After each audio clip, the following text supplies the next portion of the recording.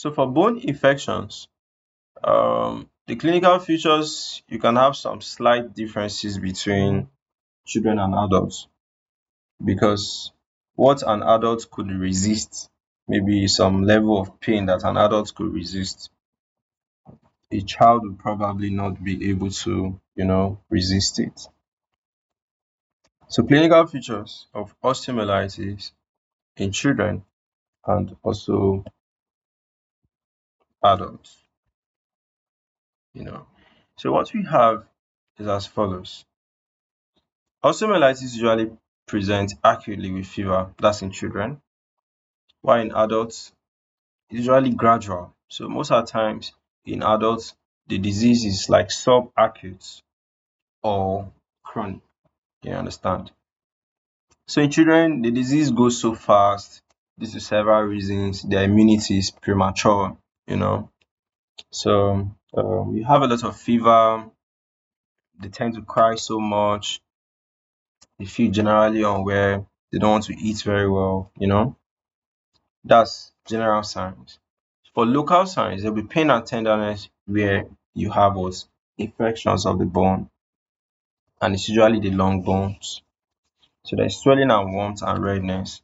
And there's pseudo paralysis. They are refusing to step on the toe or move the toe or use anything, related to that toe.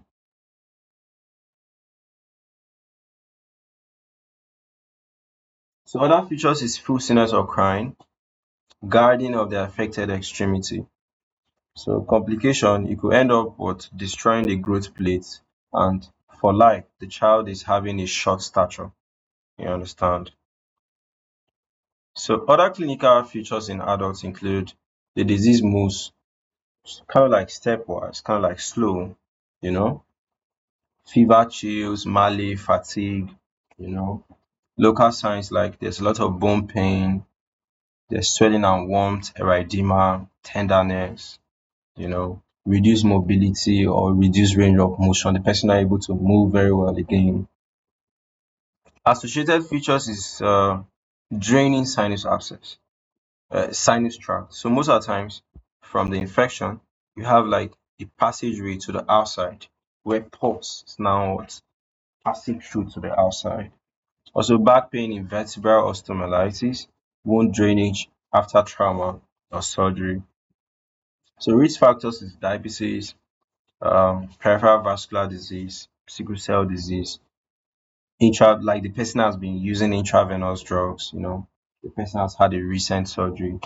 All of this is things that could actually make the disease actually come in.